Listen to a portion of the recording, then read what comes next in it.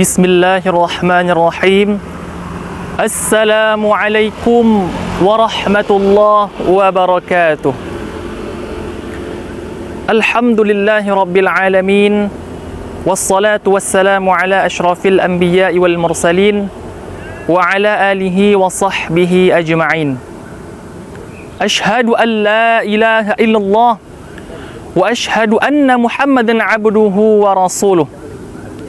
Allahumma salli wa sallim wa barik ala sayyidina Muhammad wa ala alihi wa sahbihi wa man tabi'ahum bi ihsanin ila yaumiddin. Hadirin wal hadirat yang dimuliakan Allah Subhanahu wa taala.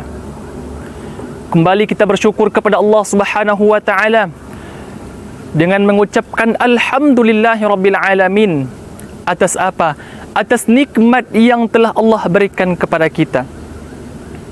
Nikmat iman, nikmat Islam, bahkan nikmat yang lainnya yang Allah berikan kepada kita. Sehingga dengan nikmat-nikmat tersebut kita dapat melangkahkan kaki kita, menjalankan aktivitas kita sehari-hari. La in syakartum la azidannakum. Jikalau engkau bersyukur, kata Allah, aku akan tambah nikmatku, kata Allah Subhanahu wa taala. Wala in kafartum, dan jika engkau kufur kepada Allah Subhanahu wa taala, ingat azab Allah sangatlah pedih. Hadirin wal hadirat yang dimuliakan Allah Subhanahu wa taala. Rasulullah sallallahu alaihi wasallam bersabda dalam suatu hadisnya, dalam sebuah hadisnya yang diriwayatkan oleh Imam Abu Dawud, Imam At-Tirmizi dari Ibnu Abbas, ada 4 golongan manusia yang akan dirindukan oleh surganya Allah Subhanahu wa taala. Apa kata beliau? Al-jannatu mushtaqatun ila arba'ati nafarin, talil Qur'an wa hafizil lisan wa mut'imil ji'an wa sawmi fi syahri Ramadan. Kata Rasulullah, ada 4 golongan manusia yang akan dirindukan oleh syurganya Allah Subhanahu wa taala. Syurga merindukan. Mari kita analogikan ketika berangkat dari rumah kita. Kemudian orang tua kita, istri, anak, sahabat rindu kepada kita. Apa yang kita rasakan? Begitu senangnya kita, begitu bangganya kita dirindukan oleh seseorang. Tapi bagaimana jikalau syurga yang merindukan kita? Siapa yang akan dirindukan syurga? Yang pertama kata Rasulullah sallallahu alaihi wasallam, talil Quran. Orang yang senantiasa membaca Al-Quran. Al-Quran merupakan pedoman hidup kita sebagai orang beriman. Jangankan kita membaca Al-Quran, memegang Al-Quran dihitung pahala oleh Allah Subhanahu wa taala. Ketika kita melihat huruf Al-Quran, ketika kita memegang Al-Quran, ketika kita mengucapkan lisan kita membaca Al-Quran, Allah hitung itu sebagai amal ibadah kita. Begitu utamanya Al-Quran. Bahkan dalam salah satu hadis Rasulullah mengatakan, man qara'a harfan min kitabillah falahu bihi hasanah. Barang siapa yang membaca Al-Quran 1 huruf saja, maka 1 huruf tersebut Allah akan ganti dengan 10 kebaikan. Man qara'a harfan min kitabillah falahu bihi hasanah wal hasanatu bi 'ashrin amsalha. La aqulu alif lam mim. Tidaklah aku berkata bahwa alif lam mim itu 1 huruf, walakin akan tetapi alif 1 huruf, lam 1 huruf, dan mim 1 huruf. Kemudian kita baca alif lam mim. Sudah 30 kebaikan yang Allah berikan kepada kita. Begitu utamanya Al-Quran. Bahkan Sayyidina Utsman mengatakan, orang yang hatinya baik, orang yang hatinya benar, orang yang hatinya lurus, dia tidak akan pernah kenyang untuk membaca Al-Quran. Hadirin wal hadirat yang dimuliakan Allah Subhanahu wa taala. Oleh karena itu, ketika kita mengaku beriman kepada Allah, ketika kita mengaku beriman kepada Al-Quran, jangan kita lewatkan kecuali kita membaca Al-Quran. Hadirin wal hadirat yang dimuliakan Allah Subhanahu wa taala.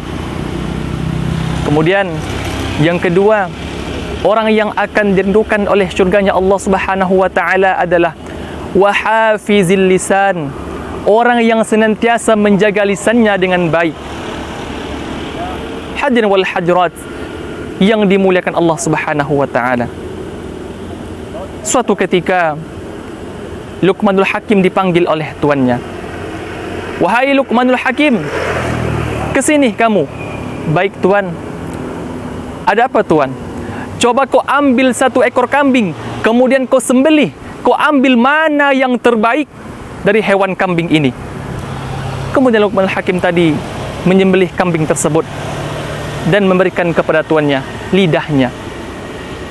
Tuannya memerintahkan kembali, kau ambil, kau sembelih, kau ambil 1 ekor kambing, kemudian kau potong, kau ambil mana yang terbaik, mana yang terburuk dari hewan kambing ini. Kemudian Luqmanul Hakim kembali menyembelih kambing tersebut dan ia berikan kepada tuannya lidahnya.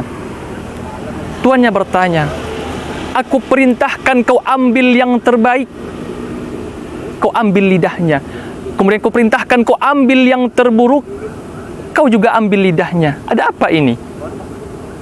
Kata Luqmanul Hakim, tuan, manusia apabila menjaga lisannya dengan baik, maka ia akan menjadi manusia yang terbaik.